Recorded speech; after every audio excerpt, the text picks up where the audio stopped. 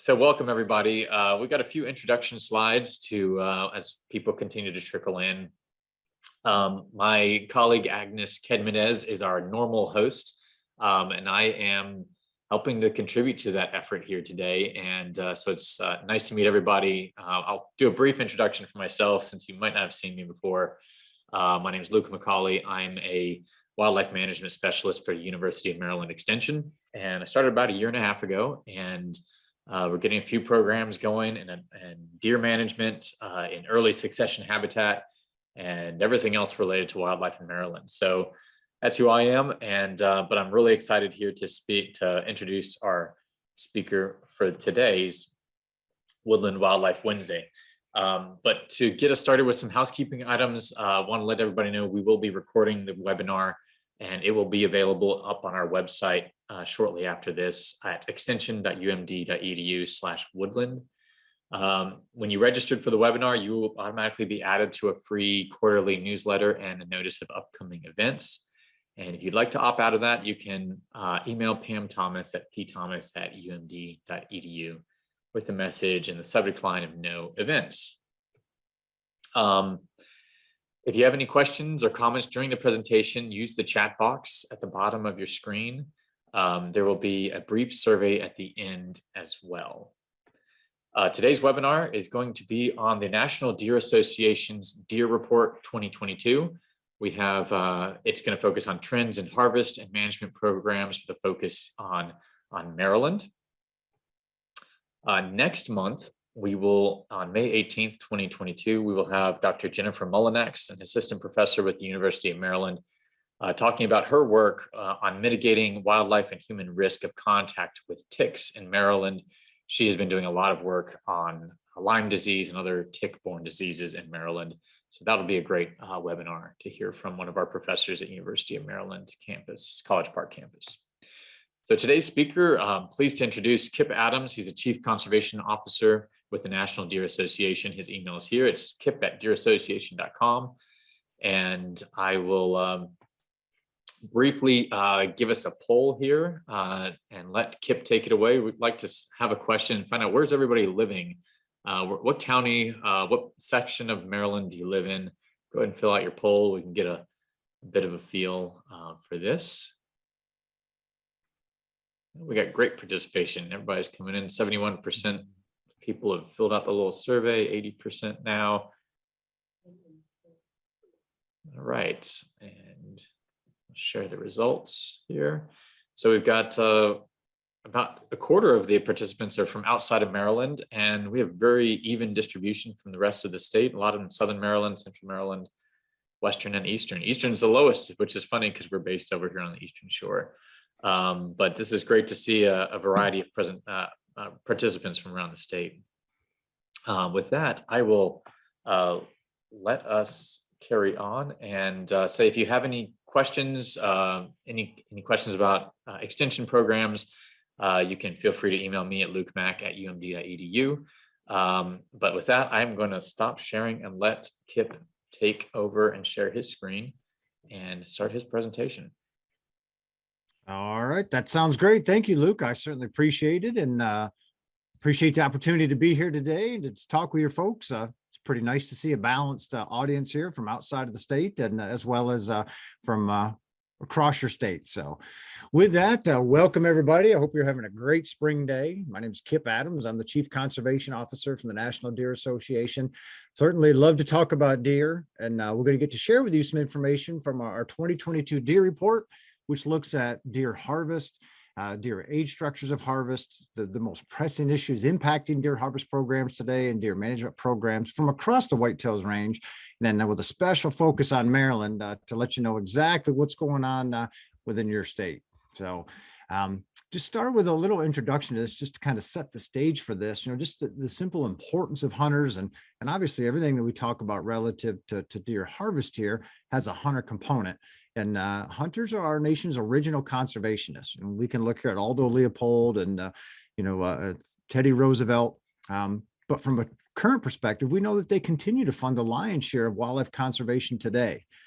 In addition to that, studies show that hunting can act as a natural antidepressant, which is pretty cool, can improve mental health, can improve self-esteem, provide camaraderie for family, bonding. And, this is a big reason why folks hunt today. They want to be with others and get to spend this time together. And of course, it can provide healthy, low-fat food. I share this picture specifically. This is my young son, Bo, and his, this is a big deal.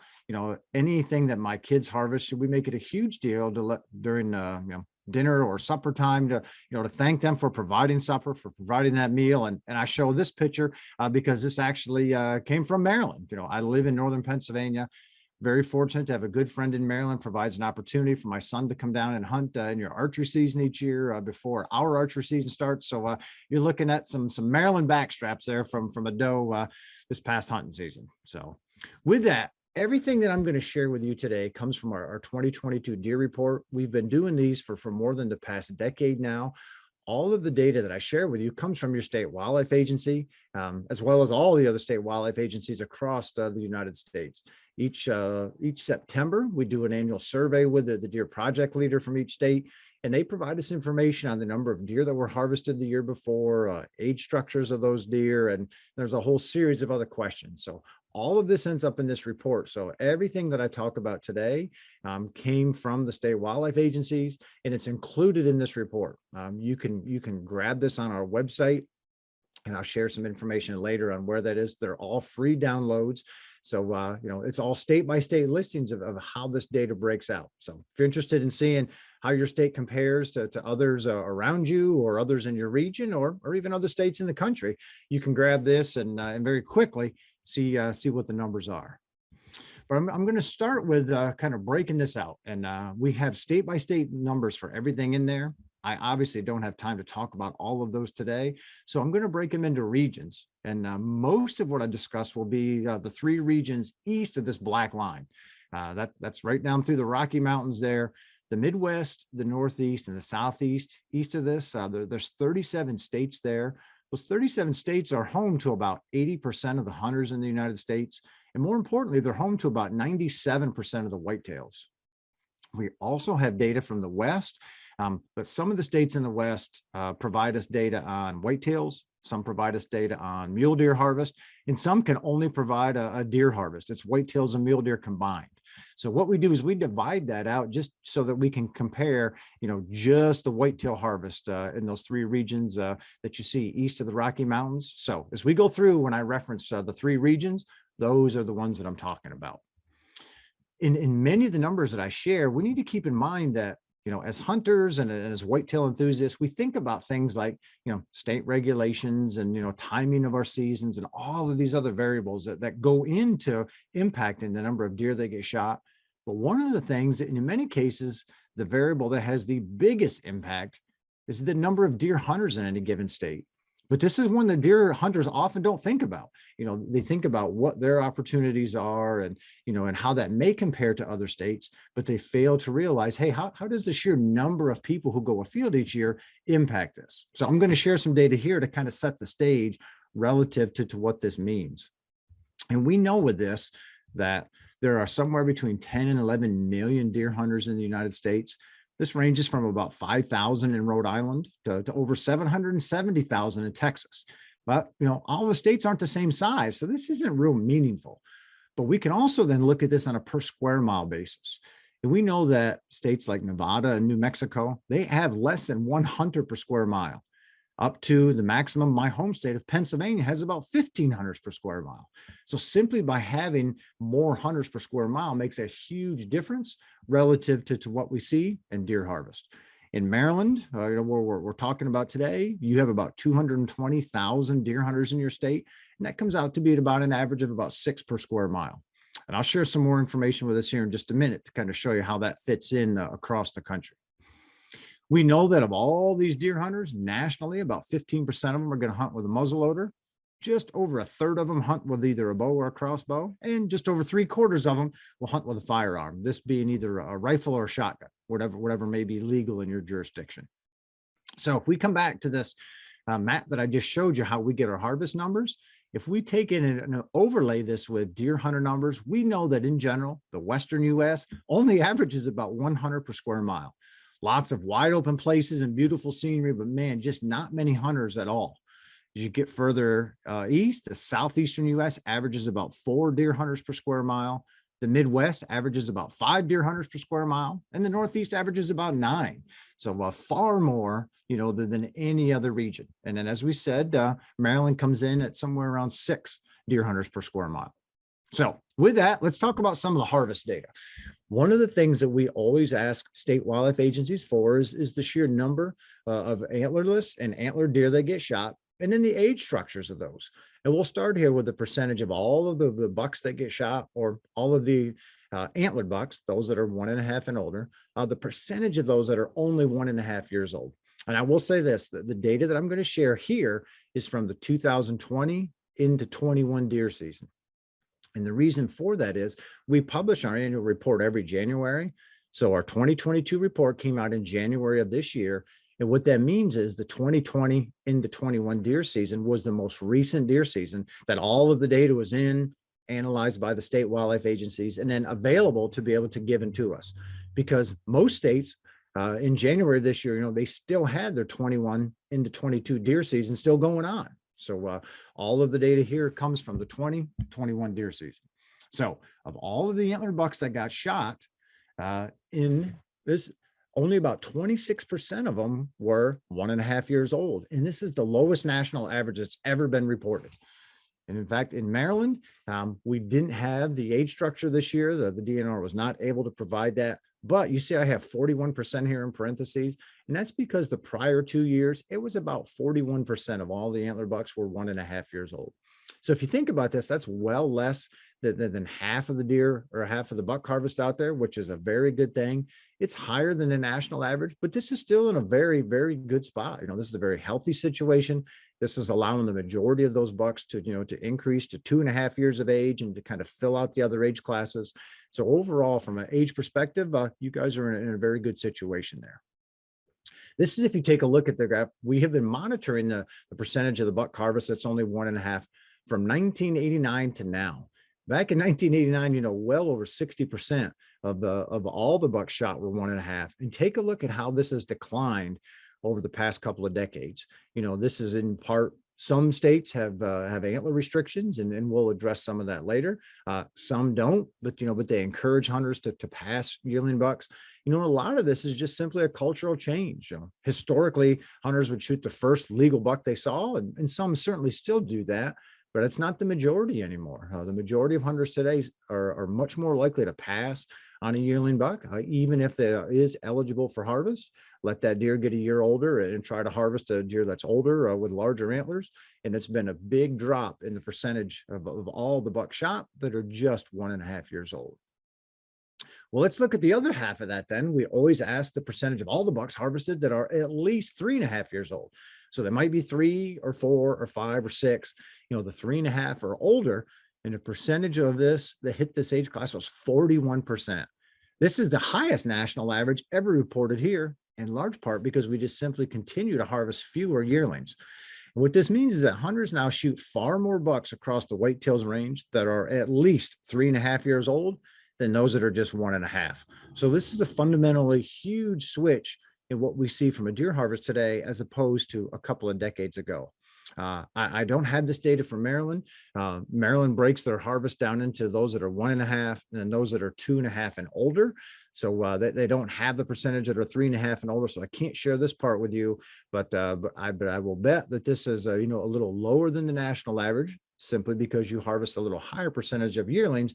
But still, we know that a very good number of bucks in Maryland make it into these older age classes. I'm going to put both of those together on a graph here, and we can see for the last 20 seasons here, this is the percentage of all the bucks shot that were just 1.5 years old, to kind of let you see how this has declined.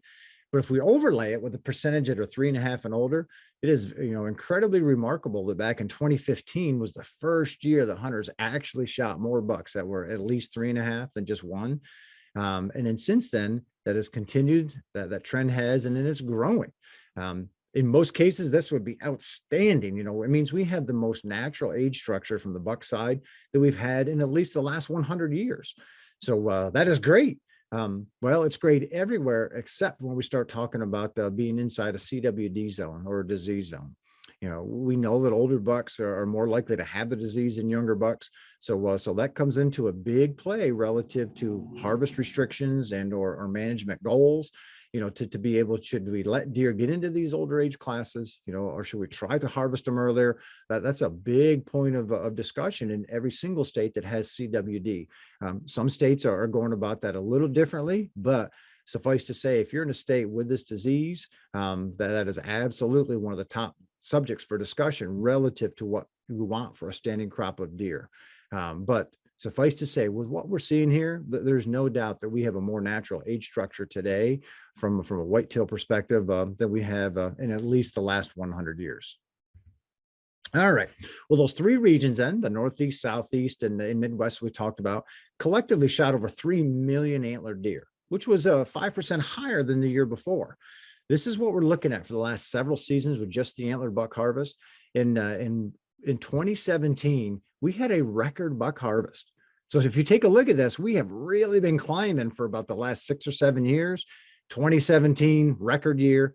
2018 and 19 dipped a little bit, but they are still well above the long-term norms. And then 2020 was just an incredible harvest. Certainly, we have growing deer herds in many places that are responsible for this. This is the first year of COVID, where we had a lot more participation during deer season, which is responsible for that. So there's a few things that go into this, but this is an incredibly high buck harvest number. And I'll share some historically significant data around this here in a couple slides. All right. Well, we always take it then and look at as well, like what states are shooting the most bucks. You know what? Texas almost always leads this list, but they're the biggest state, right? They have a lot of deer hunters. They're a huge state. So it's not real fair to just throw this list up there. So what we do then is take this and say, okay, here's who shot the most bucks, but let's see who shot the most bucks on a per square mile basis. This makes much more of an apples to apples comparison across the country. And as you can see here, Maryland makes the top 5 lists. And I will say with this, shooting about 3 antler bucks per square mile, to give you some perspective, this is a really, really high deer harvest rate. I've been with QDMA and now NDA for 20 years. Prior to that, I was the state of New Hampshire's deer and bear project leader, and there were places in New Hampshire that literally had less than 5 deer per square mile. It was a standing crop, all the bucks and all the does and all the fawns. So to think that in Maryland, you guys can average shooting about 3 antler deer per square mile, just to let you know, this is an incredibly high deer harvest rate. So lots and lots of bucks hitting the ground in Maryland. Well, we also take a look at this as, okay, what is the buck harvest on a per 100 deer hunter basis? Some states, we can look at it per square mile, which is very helpful, but they'll also look at it on the actual number of hunters that we have here. In Mississippi, they lead the country. This is crazy to think, for every 100 deer hunters they have in their state, they kill 74 bucks. This is amazing. But you know what? In Maryland, you guys just missed the top 5 list, and you are way above average as far as the country goes relative to the number of hunters, that will kill a deer. So yeah, for every 100 deer hunters, just over half of them in Maryland kill a buck each year, which is pretty astounding. All right, well, let's shift gears in and talk about antlerless harvest, because this is really where the rubber meets the road relative to deer management programs. This is where we can either balance our deer herd with what the habitat can support and have very healthy conditions, or dramatically under harvest, have way too many deer and lots of deer human conflicts. Well, the number of antlerless deer that we shot in those same 3 regions was about 3.2 million antlerless deer, which was a huge jump from the prior year. Now, remember with the buck side, how we had been having these climbing buck harvests, and I said in 2017, we had a record harvest. It's a very different picture from the antlerless side. We have had a huge drop in the number of antlerless deer that we've shot over the past 5 to 10 years. Prior to the 2020 season. Part of this was by design back in, the 2014, 2015 season. A lot of state wildlife agencies that had balanced deer herds with a habitat, so they were prescribing less antlerless deer be harvested. We've also had a terrible hemorrhagic disease outbreak in here. We had lost millions of acres of CRP land, which was phenomenal habitat for deer in much of the Midwest. The stuff was put back into production. Crop production. So a lot of things were going on in the early teens here. Well, as hunters, if we start seeing fewer deer and think there's something wrong, we're real quick to reduce our antlerless harvest. So we've had a lot of state wildlife agencies the last few years, really begging hunters again, hey, we need to turn up the throttle on what we're shooting antlerless wise. And as hunters, we can be a little slow to respond. And so it was really nice to see this increased harvest in 2020 to get us back on track with what a lot of state wildlife agencies are asking hunters to do to make sure that we can keep very healthy deer herds, in a situation where we're not degrading habitat and negatively impacting other wildlife species. Well, we also look at the age structure from the antlerless side, and remember what I showed you for the bucks. This one is a little different because this also includes fawns, and this one has been very consistent for the last several years. Nearly 20% of all the antlerless harvest each year is contributed of fawns, and that's a very healthy situation. Particularly in places like Maryland, where you have, and especially the eastern half of your state, where you have really productive habitats and opportunity to have very productive deer herds, a lot of fawns on the ground, a lot of fawns still alive come opening day of deer season. So what we typically see is nearly 20% of these harvests are fawns. And then as you look at the age structures after this, actually on the doe side, we have the average age of does out there is older than bucks. And remember, I said we have a better age structure for bucks today than we've had in about 100 years. But on the doe side, the doe side is even more advanced from an age structure side than bucks. And that's simply because we just don't harvest them at the same rate in many cases, which just allows more does to get into that 2, 3, 4, 5, 6 plus year old age class. Well, all right, let's look and see who's shooting most of the antlerless deer. You know what? For the past couple of years, Texas has actually topped this list as well. That's not always the case. There's many years in Texas that they don't shoot anywhere near this number of antlerless deer. But you can see your neighbor to the north, Pennsylvania, is on this list. That's the only other state that we have here in the Northeast. But hey, let's look at this the same way we did the bucks. Let's look at that on a per square mile basis. And what we see is you guys are number 2 in the country. And in fact, if you remember, you're shooting 3 bucks per square mile. You're shooting over 5 antlerless deer per square mile. These are astounding harvest rates. You have to have an incredible standing crop of deer to sustain this. And you guys do. You have a lot of deer, obviously a number of deer hunters that are going to field, but to be able to maintain this level means, you are pumping a lot of deer into the system and obviously have a large number of deer to support this. And this is not a one-year thing. You guys always are at or near the top of this list. But one thing that's very unique about this is take a look at the top 4 states here. And you don't have to be a geography wizard by any means to realize, hey, these are all in the mid-Atlantic part of the country. And you know what? The mid-Atlantic is a real sweet spot when it comes to deer populations. We have great habitat. We have great variety of vegetative cover types. We have winters that are pretty mild from a deer perspective in most cases. We have summers that aren't nearly as hard as they are in the Southeast. So it's just a really good region for growing deer. In Pennsylvania, Delaware, New Jersey, and Maryland absolutely grow a lot of deer, which is very cool. If you're a deer hunter or a deer enthusiast, I've been a wildlife biologist for over 25 years now, but I will say this, I am first and foremost a deer hunter. So I think this is really cool to live in this region and be from this part of the country relative to what it can produce for whitetail numbers. Now, the flip side of that, though, is there's a big responsibility on deer hunters here.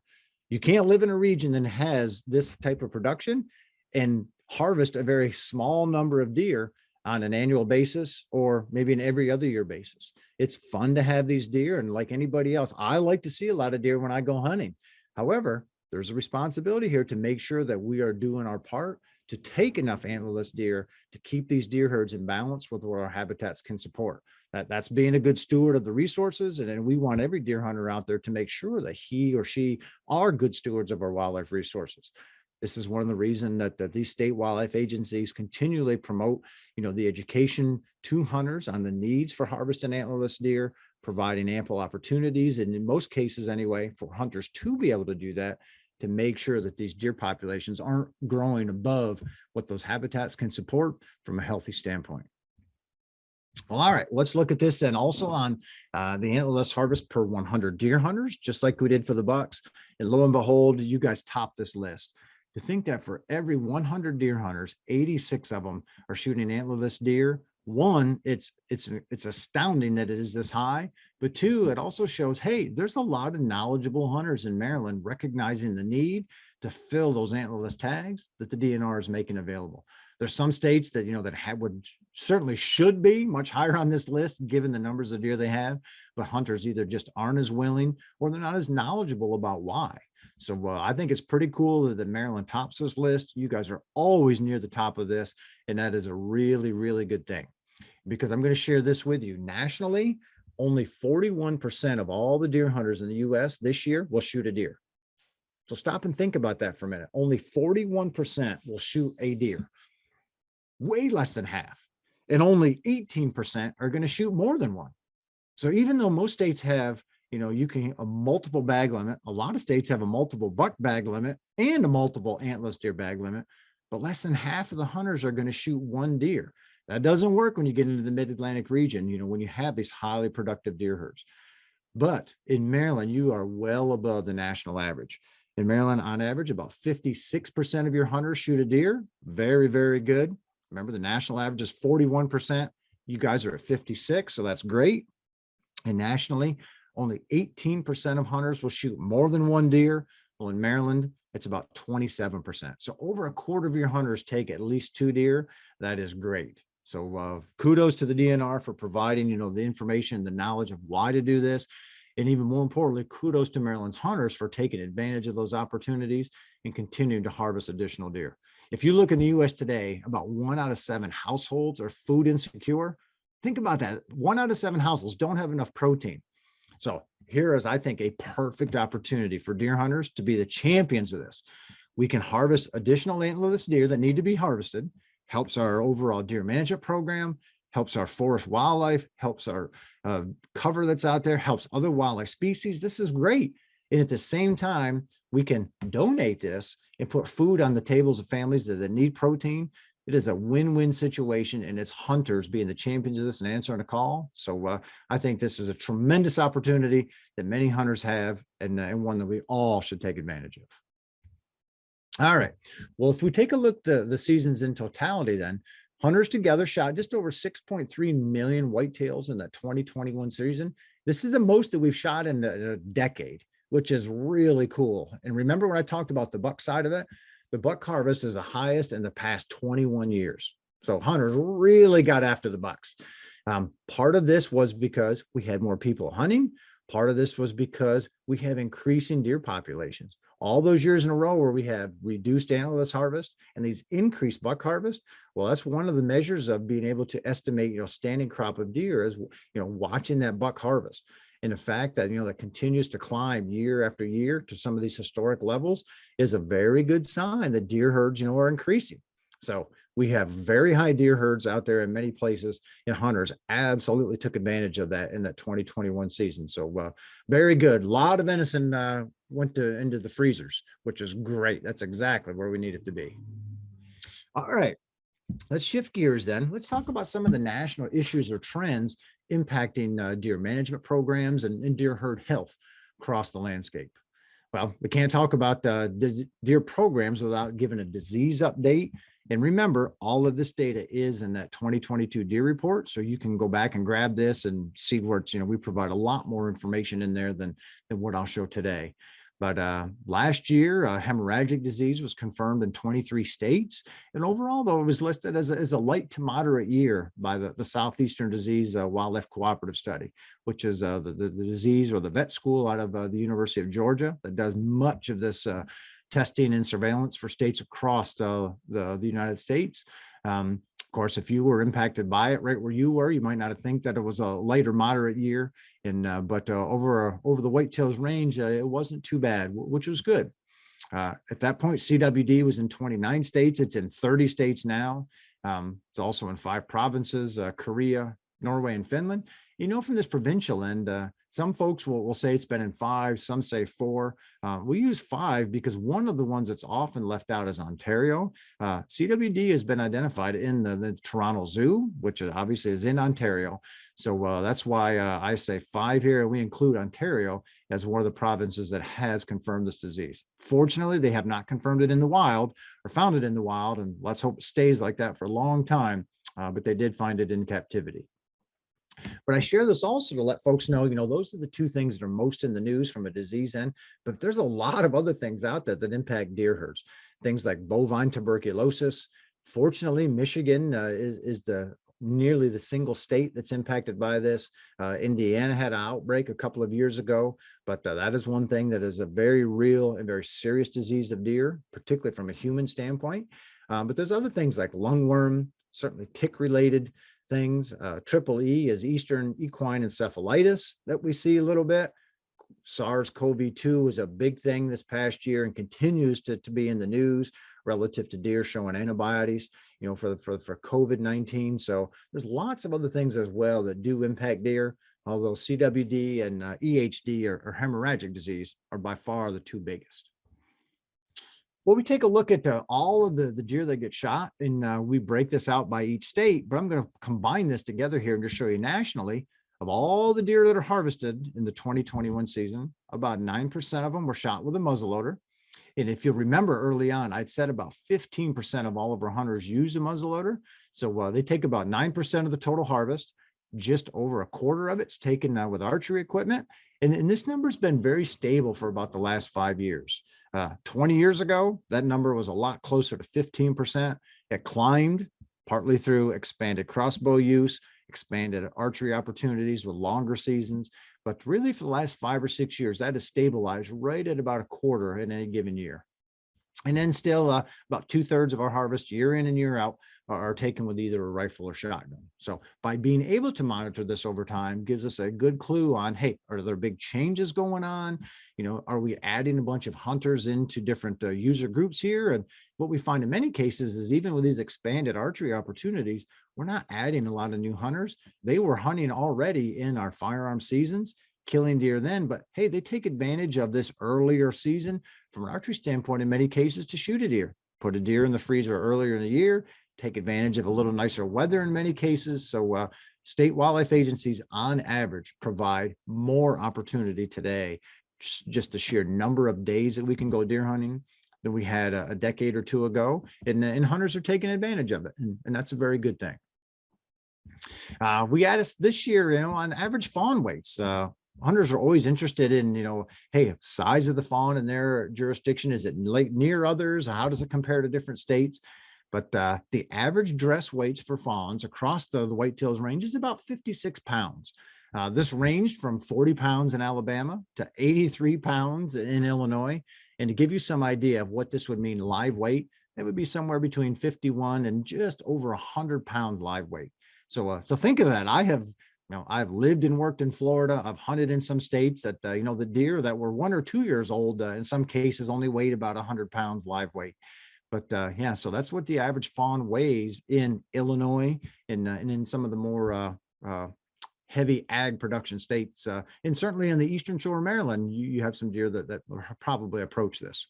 In Maryland, average fawn dressed weight was about 61 pounds, which puts it just under 80 pounds live weight, which is a good size fawn for sure. We also asked this about yearling buck weights. Those bucks that are 1.5 years old, what we found the average dressed weight was about 100 pounds. And this ranged from 70 in Texas to a whopping 140 pounds in North Dakota. Estimated live weight here was somewhere between 90 and 180 pounds. And man, it certainly has my feelers going up with regard to North Dakota. I've hunted that state numerous times. I know they certainly have big deer there. I was very surprised that that's what their dress weight was. We checked with them. They confirmed that 140 was not a live weight, but a dressed weight. But either way, that's an astounding weight here to be at the upper end of this. In Maryland, your yearling bucks averaged about 104 pounds dressed, which puts them at about 133 pounds live. So good size animal for sure. And one of the neat things about this is, you can monitor this over time just to see, hey, what's the trend in this way? Are we seeing fawn and yearling buck weights that are trending up? Are they trending down? Of course, if they're trending up, that suggests increased nutrition and increased health of those animals, which is one of the components that your deer program, will take a look at, as one of the pieces to monitor how healthy is that deer herd. We also asked relative to, hey, when is your firearm season regarding yearling buck dispersal? This is a big thing as CWD continues to spread, because one of the ways that the disease can move across the landscape is by, moving with yearling bucks that are dispersing. Lots of research shows that between half and 3/4 of all the yearling bucks out there will disperse, from their natal range. They're going to go 1 to 5 miles. It occurs somewhere between them being 12 and 18 months old. So a lot of this happens about time that we're hunting them. So one of the management strategies is, hey, can we kill a bunch of these yearling bucks prior to them dispersing and prior to them potentially moving this disease to a new area? So we asked all the states, hey, when is your primary firearm season, which is when most of the buck harvest occurs in these states? And what we found is about a third of the states have their primary firearm season either before or during that yearling buck dispersal, while nearly 2/3 it occurs afterwards. And so what this means is, in Maryland here, yours occurs after the primary dispersal period. Pennsylvania has been very vocal from the Game Commission and saying, hey, we know that by the time our firearm season comes around, our yearling bucks have already dispersed anyway, and the yearling does as well. A much smaller percentage of does are going to disperse, but some do. So, that's not a real management strategy for us to be able to try to eliminate that disease or limit the spread of it at that time, from a firearm season, because they simply have already dispersed. So we asked this question to states just to see, hey, when is the timing for us? Is this a viable management strategy, something agencies should be looking at or not? And certainly hunters are interested in this. So I think it's pretty interesting, that the vast majority of the Northeast and the closest part of the Midwest to us, our seasons all occur well after those deer have dispersed. So this may not be as viable of a CWD management strategy as some other states that have an opportunity to shoot the majority of their bucks, before they leave their natal range. Well, antler restrictions are always a popular subject with hunters. And so we surveyed states. We haven't done this for a few years. We just wanted to see, hey, where are antler restrictions being used or, being implemented at the state level? And what we saw is that there's at least 21 states that currently have them. Those are the states in red. The 7 states that you see here with a star are states that have those antler restrictions statewide. You guys are one of those states. So the rest of the states either use them in certain counties or certain wildlife management units or certain districts. We also then break this down to the different restrictions that are used. Antler point restrictions are by far the most popularly used. That's what we see here in red. Antler spread restrictions are used by a couple of states. The ones in blue here these are a combination where they say, okay, the deer has to meet one of 2 or 3 requirements. Either has to have a certain number of points or a certain main beam length, or maybe it has to have a certain inside spread or a certain main beam length. So those are a little more biologically sound because they can do a better job really separating yearling bucks from those deer that are 2.5 or older.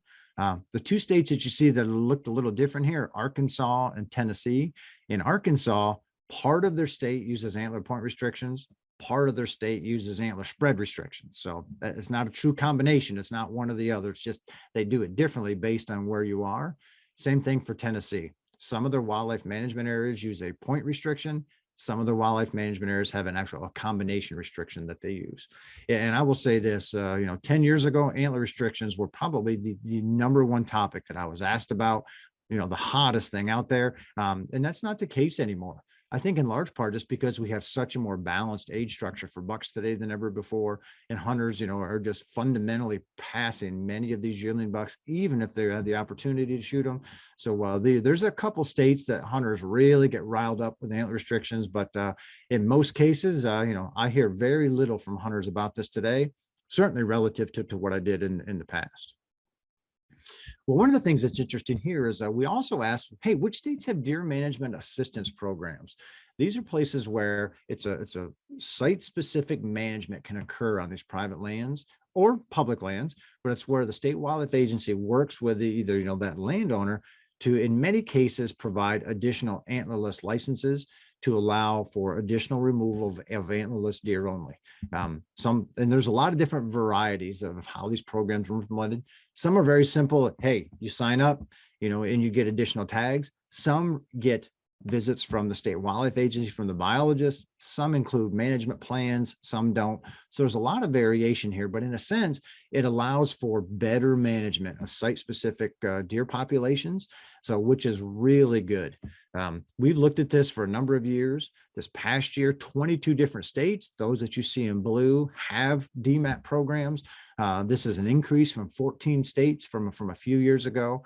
These started in the Southeast and have grown a bunch since. So you guys are kind of between, it's growing up from the South, it's kind of growing down from the North.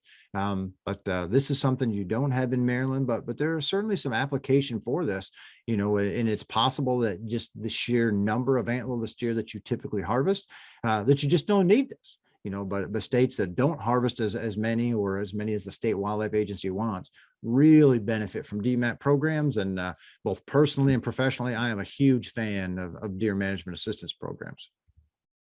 We also ask about earn a buck. This is pretty interesting because there is nothing that an agency can do to increase antlerless harvest more than implementing an earn a buck program. And what this is it requires hunters to harvest an antlerless deer first to then have the ability to harvest a buck. Of course, all deer hunters want to shoot bucks, and I get it. I'm right there with them.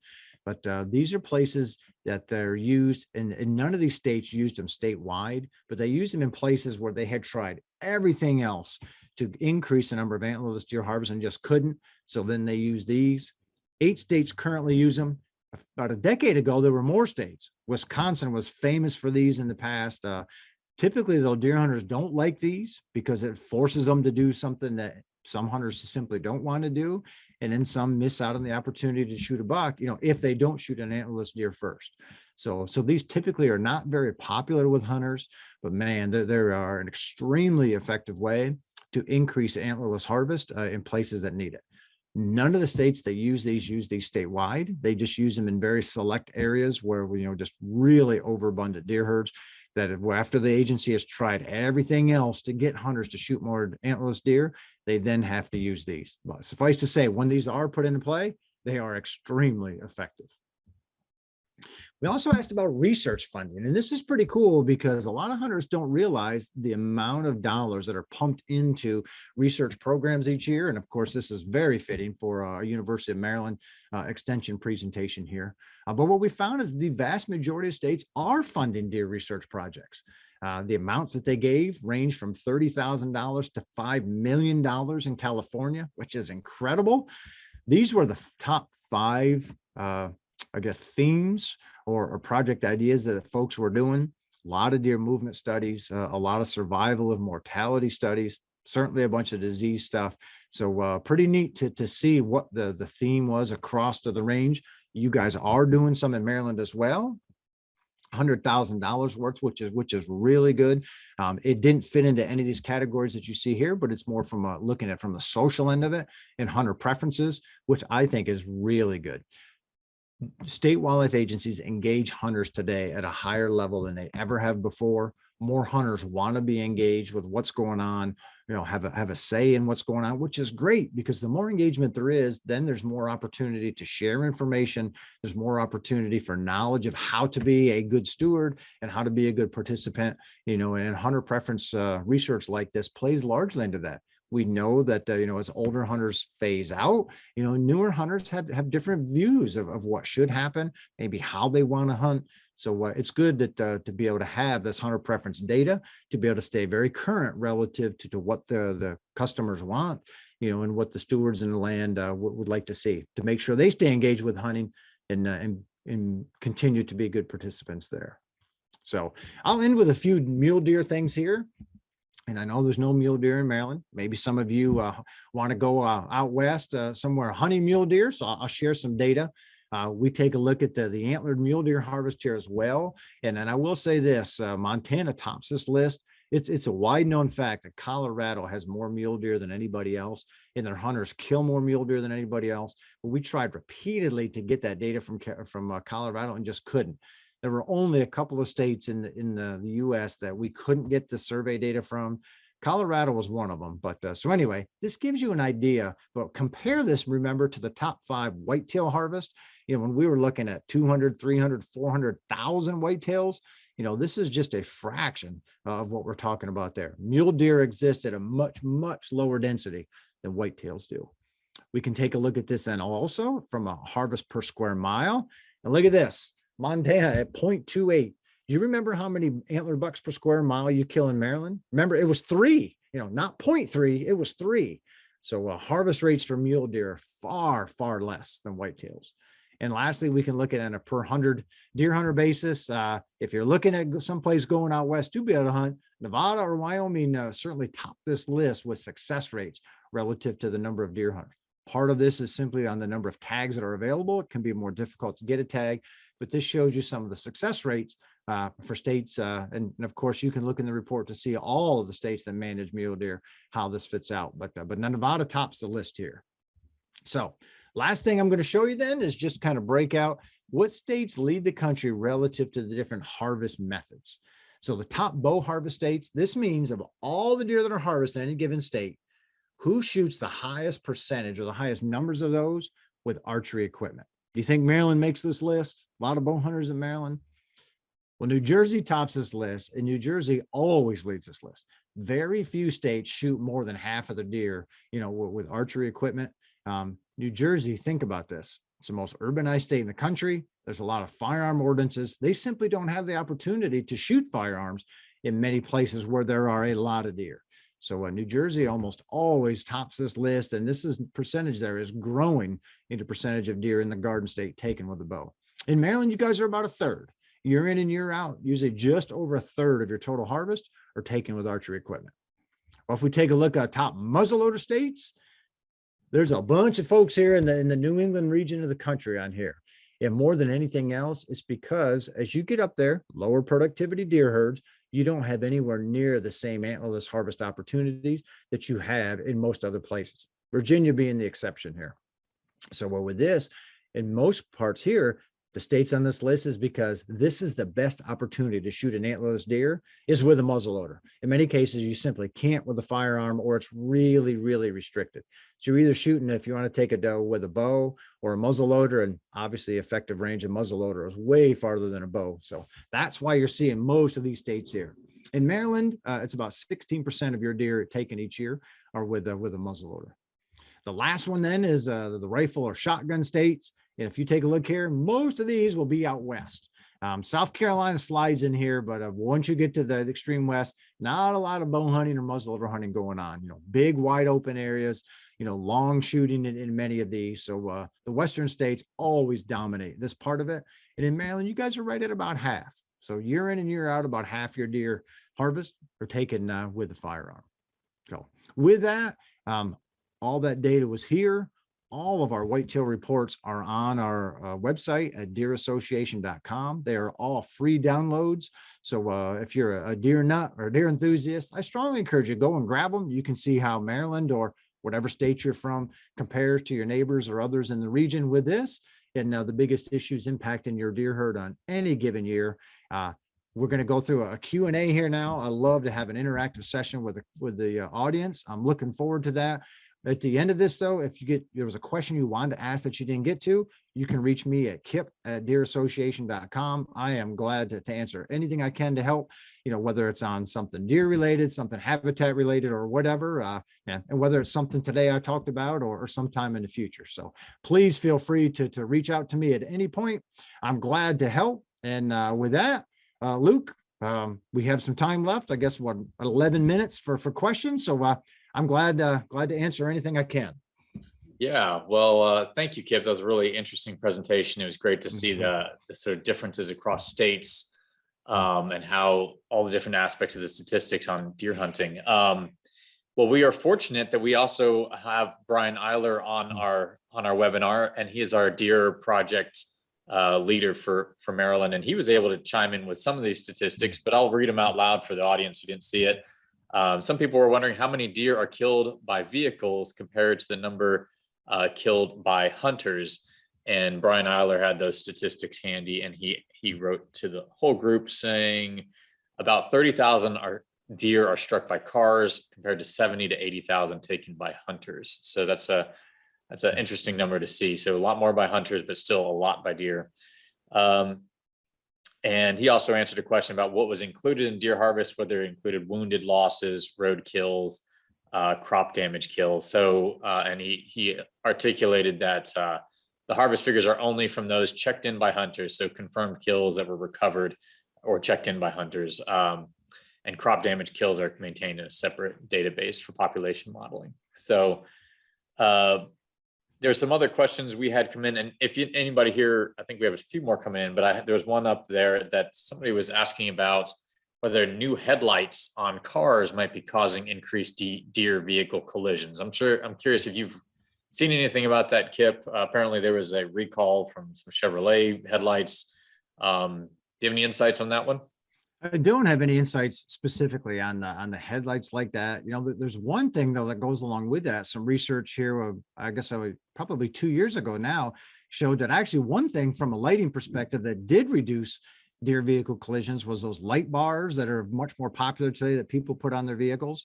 But rather than putting them on and have them shine away from the vehicle, reversing it, putting it on the front and having it shine back toward the vehicle, where it illuminated much more of the vehicle than just the headlights, had a statistically significant drop in actual deer vehicle collisions. So, you know, there's been a lot of research on how to reduce those with reflectors and sounds and all this.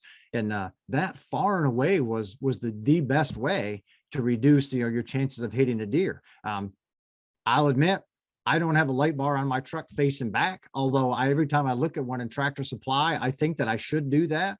And I haven't seen them on vehicles facing back, but it's pretty interesting. It basically just means that as a deer can see more of what's coming, they are far more likely than to avoid getting near that. So I think that's some pretty neat research showing that. Interesting. Yeah.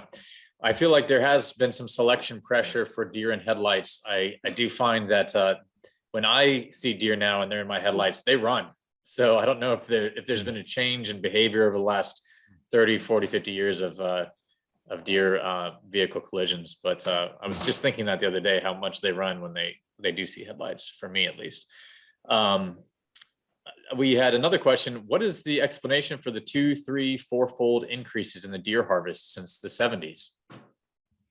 Part of it was simply just growing deer herds. And, you know, at that point, hunters were still harvesting far more antlered bucks than antlerless deer each year.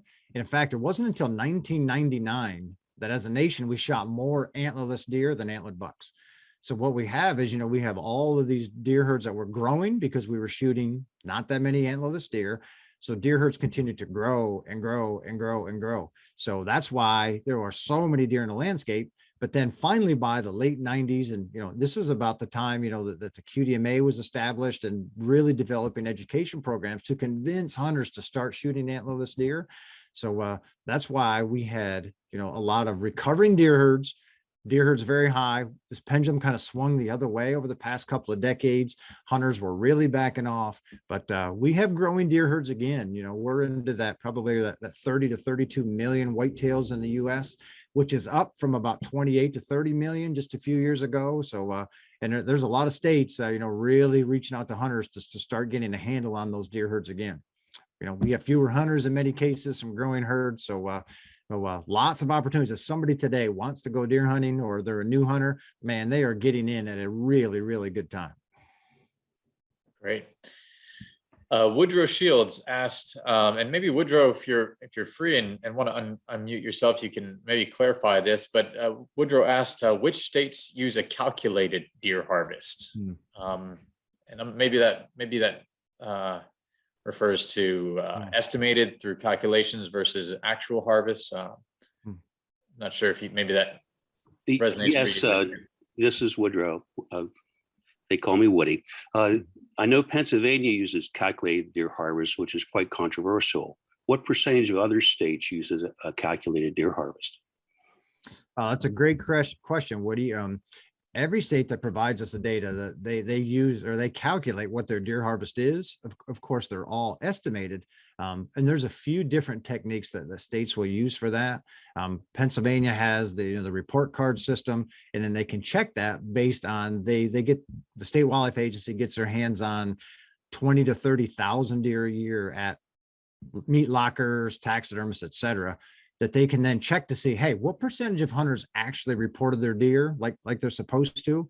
So they're able to then provide a correction factor and estimate what the actual deer harvest was. There are several states that do a system very, very similar to Pennsylvania. There are some states that simply sample a small percentage of their hunters after the season with a survey. So there's a handful of different ways, a pretty small number though, that state wildlife agencies use across the country. At the end of the day, are any one of them, 100% accurate? Probably not, but they have all been shown to be extremely accurate at estimating numbers of deer and then monitoring that number over time. So if Pennsylvania says we shot 300,000 deer this year, it probably didn't shoot at that, but it probably was very close to that. Might have been a little lower, might have been a little higher, but it was very close. The real important part of that, Woody, then is, okay, let's use that same technique and estimate it again next year and the year after, so that you start developing this trend data so that we can see what that is. But what goes with that, and what a lot of states do, is in addition to calculating the number that are harvested, they also collect data on herd health. So, they can see, okay, are our deer healthier today than in the past? Are they less healthy because they're just not getting enough to eat? So when they can combine those harvest estimates with deer herd health estimates and a habitat health estimate, that's when the system works the best. Great. Woody had a follow-up question on, does the deer harvest correlate with the deer population? Absolutely. Yep. And in most places, as those deer populations climb, deer harvest will climb with it. It's not always a one-to-one correlation, but they absolutely correlate with each other. And it goes even faster the other way. When you start reducing deer herds, suddenly, if hunters aren't seeing as many, some then will just be less willing to harvest an antlerless deer. So yep, and all states have models that can show very accurately how those numbers correlate to each other. But in general, as there are more deer, success rates go up. Great.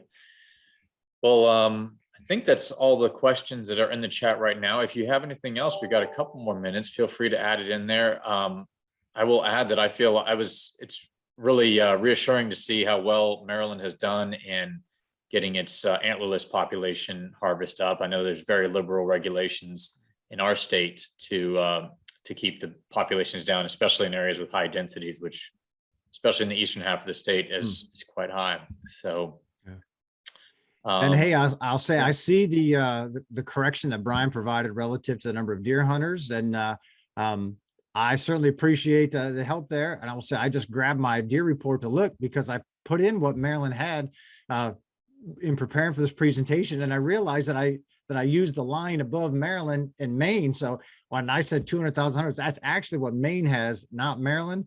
My mistake. So thank you for correcting that, Brian. And that 50 to 60,000 is what you had reported, you or one of your deer staff had reported to us that we included in that report. So it was, I guess, my older eyes. I grabbed the wrong line there. So my apologies, and thanks for the correction.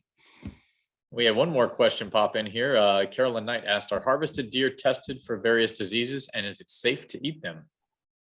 Great question. If you are not in a disease zone, in most cases, harvested deer are not tested simply because, there are so few other diseases that impact deer, and, the vast majority of deer out there, are extremely safe and healthy to eat, and we strongly encourage people to eat them. If you're inside a disease zone, a CWD zone, it varies by state. We strongly encourage folks, if you're in a disease zone, to get that deer tested. That does two things. One, it provides the data to the state wildlife agency, so they can determine prevalence of the disease and rate of spread, which is good for them. But then it also lets you know that, yes, hey, this deer is safe to eat or not. And the only way to know if a deer has CWD is to have it tested.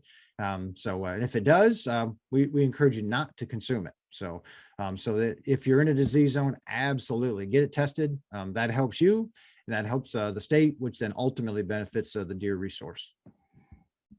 Great. And Brian Eiler also added that Maryland tests 700 to 1,000 deer for chronic wasting disease, primarily from that disease management area in the state, and adds that deer are safe to eat. And Carolyn, yes, CWD stands for chronic wasting disease. That's a prion-based disease. It's a big deal for big game management in the US right now. Well, with that, we are coming up on the 1 o'clock hour. I know Kip has other obligations right at 1 o'clock.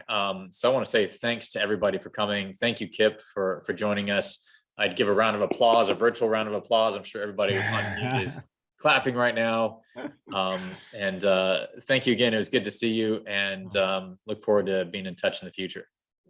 All right. Well, thank you, Luke. It was good to see you, and thank you for what you and your staff do for the wildlife resources in Maryland. So, and have a good day. Great. Yeah. And you will, as you sign out, you will receive a survey. You'll be taken to a survey where you can answer some questions about the presentation. So thank you all very much, and have a great day.